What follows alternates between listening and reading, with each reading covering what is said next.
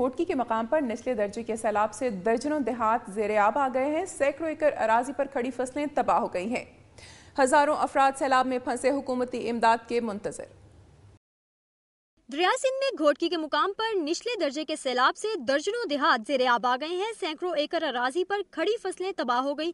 हजारों अफराद सैलाब में फंसे हुकूमती इमदाद के मुंतजिर हैं, जबकि कश्तियां न होने के बायस मुतासिरीन को महफूज मुकामात पर मुंतकिल करने में दुश्वारी का सामना है। DCO घोटकी ने DPO घोटकी, रेंजर्स हुकाम, आर्मी और MD सीडा के हमरा हिफाजती पुश्तों का दौरा किया और सैलाब से मुतल्लिक हिफाजती इंतजामात पर ब्रीफिंग दी गई। इस मौका पर DCO घोटकी अब्दुल अजीज अकीली ने सहाफियों से बातचीत करते हुए कहा कि इस नौयत का सैलाबी रेला 18 साल के बाद गुजर रहा है। तहम किसी भी मुमकिन हंगामी सूरत हाल से निमटने के लिए हिफाजती इंतजामात मुकम्मल कर लिए गए हैं और 10 से ज्यादा इमरजेंसी मेडिकल कैंप कायम किए गए हैं और सैलाब में फंसे हुए अफराद को निकालने के लिए प्राइवेट कश्तियां मंगवाई गई हैं। मुकामी अफराद के मुताबिक दरियाए सिंध में घोटकी के मुकाम से 6 लाख क्यूसिक का बड़ा सैलाबी रेला गुजरने से जिला घोटकी में बड़ी तबाही का खदशा है, जिससे निमटने के लिए हंगामी बुनियादों पर गैर मामूली इकदामात की जरूरत है। वज़ीर आला सिंध सैयद कायम अली शाह ने कहा है कि पंजाब पहले पानी नहीं दे रहा था, अब कहते हैं कि पानी जाने और आप जाने। पानी तो बादशाह है, मुकाबला तो नहीं कर सकते, हुदूद में रखने की कोशिश करेंगे। सक्खर एयरपोर्ट पर सहाफियों से गुफ्तगू करते हुए वज़ीर आला सिंध का कहना था कि खैबर पख्तूनख्वा और पंजाब से दरियाओं का पानी सिंध की तरफ आ रहा है। हम गाफिल नहीं, बचाव के पूरे इकदाम किए जा रहे हैं। उन्होंने कहा कि गुड्डू बैराज से 13 लाख क्यूसिक तक पानी गुजर सकता है, लेकिन सक्खर बैराज से 9 लाख क्यूसिक पानी पहले गुजर सकता था, अब नहीं। उस तरफ पूरी तवज्जो दी जा रही है। उन्होंने बताया कि कच्चे के इलाकों में रहने वालों को बाहर निकालने के लिए तमाम DCOs को इकदाम जारी किए हैं कि वो दफा 144 नाफिज करें और इन अफराद को निकलने पर मजबूर करें, जबकि इन अफराद के लिए इमदादी कैंप लगाए जा रहे हैं जहाँ इनको खाना और मेडिकल की सहूलियात भी फराहम की जाएंगी, जबकि किसी भी मुमकिन सूरत हाल से निपटने के लिए फौज को भी अलर्ट रखा जाएगा। जतोई के 50 से ज्यादा देहात में दरियाए सिंध और चनाब का पानी दाखिल हो गया। एक शख्स जान बहक जबकि दर्जनों जानवर बह गए। हजारों एकड़ पर खड़ी फसलें तबाह हो गई। इमदादी कार्रवाइयां न होने पर अहले इलाका ने शदीद एहतजाज किया। MN मौसम जतोई ने दुनिया न्यूज से गुफ्तगू करते हुए बताया कि सैलाब से बचाव के लिए 7 हिफाजती बंद की तामीर के लिए 2 साल पहले महकमा आपाशी से मॉडल स्टडी करवाई गई, लेकिन बार बार याद दहानियों के बावजूद ताहाल पंजाब हुकूमत ने कोई फंड जारी नहीं किया, बल्कि वफाकी हुकूमत से जनवरी में मिलने वाले 4 करोड़ भी अभी तक इस्तेमाल नहीं किए गए। उनका कहना था कि अगले 48 घंटे में मौजूद 4 लाख क्यूसिक के मुकाबले में 9 लाख क्यूसिक से जायद पानी की आमद पर मजीद सैकड़ों बस्तियां दरियाबुर्द होने का खतरा है। शिकारपुर के न्यू फौजदारी थाने की हुदूद में कारोकारी के इल्जाम में खातून और उसके मुबैना आशना को कत्ल कर दिया गया।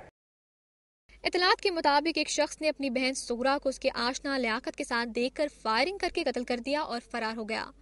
वाक़े के बाद इलाके में खौफ हरास फैल गया।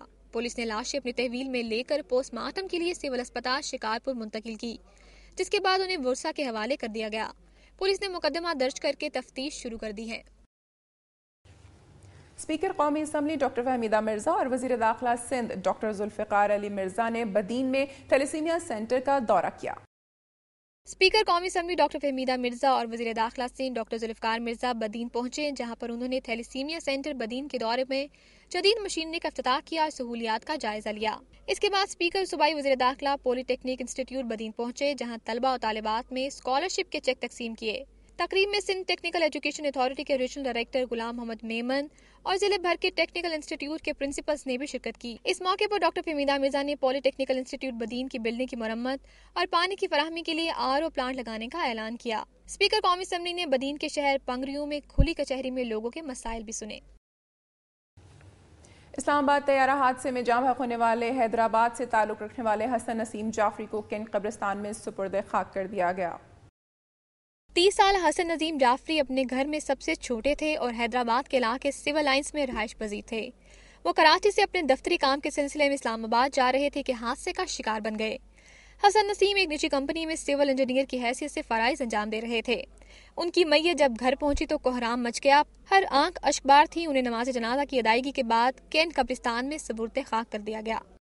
बेरोजगारी से तंग आकर खुदकुशी की कोशिश करने वाले शख्स को लोगों ने बचा लिया। करीम कोहिनूर स्टॉप पर पकोड़े का स्टॉल लगाकर बच्चों को पालता है। तरक्याती काम होने की वजह से उसका स्टॉल गुज़िश्ता 4 रोज से बंद था और वो और उसका खानदान और वो और उसका खानदान दरगाह सखी वहाब शाह जलानी पर लंगर का खाना खाकर गुजारा कर रहा था। आज बच्चों का भूख से रोना देखकर करीम जज्बाती हो गया और खुद पर मिट्टी का तेल डालकर आग लगा ली। ताहम इलाके के दुकानदारों ने मौके पर उसे बचा लिया। करीम समेत 25 के करीब दुकानदार तरक्याती काम से मुतासिर हैं और इस बात के मुंतजिर हैं कि कब फुटपाथ की तैयारी का काम मुकम्मल होगा और कब वो अपने स्टॉल लगाएंगे। पाकिस्तान में स्पेशल इफेक्ट्स फिल्में मुतारिफ करवाने वाले प्रोड्यूसर सैयद रिजवी का कहना है कि हुकूमत की जानिब से फिल्म फाइनेंस कॉरपोरेशन का होना बहुत ज़रूरी है। कराची में फिल्म इंडस्ट्री की ज़बूहाली के हवाले से मुनक्किदा सेमिनार में मुकर्ररीन का कहना था कि बदकिस्मती से पाकिस्तानी फिल्म इंडस्ट्री के मौजूदा हाल की वजह पढ़े लिखे और मुस्बत सोच रखने वाले नौजवानों की इंडस्ट्री से दूरी है। सेमिनार में शरीक फिल्म डिस्ट्रीब्यूटर्स और सिनेमा मालिकान का कहना था कि भारतीय फिल्मों की पाकिस्तान आमद की वजह से सिनेमा बिजनेस बेहतर तो हुआ है और पहली बार साल 2008 से लेकर अब तक कोई सिनेमा बंद नहीं हुआ, बल्कि 20 नए सिनेमा खुले हैं। दीगर मुकर्ररीन का ये भी कहना था कि हुकूमत को फिल्म फाइनेंस कॉरपोरेशन के क़याम को यकीनी बनाना चाहिए ताकि फिल्में बनाने के लिए प्रोड्यूसर्स को लो इंटरेस्ट रेट पर कर्जे फ्राहम हो सकें।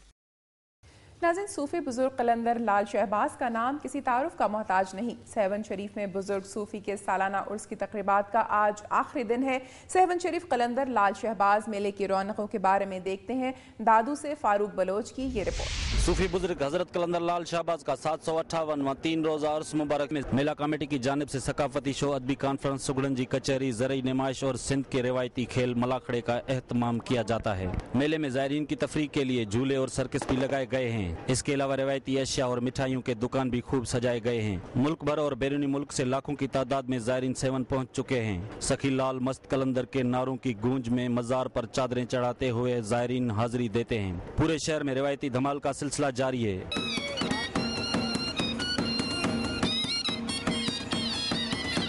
उसके मौके पर मजार और शहर भर में चरागाह किया गया है और बिजली की लोड शेडिंग के अज़ाब से दो चार हैं। गर्मी के बायस लोग इंतजामिया के मना करने के बावजूद भी अडलवा और दरिया सिंध में नहाने पर मजबूर हैं। सेवन शरीफ में उर्स के मौके पर सख्त इंतजाम किए गए हैं। भारी तादाद में पुलिस नफरी को तैनात किया गया है। मेला कमेटी की जानिब से किए गए इंतजाम में मजीद बेहतरी की जरूरत है ताकि यहाँ आने वाले लाखों अकीदतमंदों को दुश्वारियों का सामना न हो। कैमरामैन आसिफ रजा के साथ फारूक अहमद बलोच, दुनिया न्यूज़, दादू। नाज़रीन, सिंध से मेरी धरती मेरी दुनिया के लिए मौसूल होने वाली खबरें और रिपोर्ट्स आपने मुलाहिजा की। अब आपको लिए चलते हैं सुबह बलूचिस्तान की जानिब और नजर डालते हैं सुबह की चंद खबरों और रिपोर्ट्स पर। नसीराबाद सैलाब से तंबू बाबा कोट के इलाके में मजीद 30 देहात ज़ेर आब आ गए हैं, जबकि कई देहात का ज़मीनी राब्ता मुनक़ते हो गया है। दरमियाने दर्जे का सैलाब नसीराबाद से गुजर रहा है, जबकि कई इलाकों में मुतासरीन को ताहाल इमदाद नहीं मिली है। तंबू बाबा कोट के इलाकों में कच्चे मकानात मुनहदम हो गए हैं। हजारों एकड़ अराजी पर खड़ी फसलें तबाह हो गई हैं। सैलाब से सबसे ज्यादा रबी बाबा कोट, तंबू, गड़ी रहमान के इलाके शदीद मुतासिर हुए हैं। रबी केनाल में 23 से ज्यादा शगाफ पड़ चुके हैं, जिन्हें ताहाल पुर नहीं किया जा सका। कमिश्नर नसीराबाद का कहना है कि रिलीफ ऑपरेशन जारी है।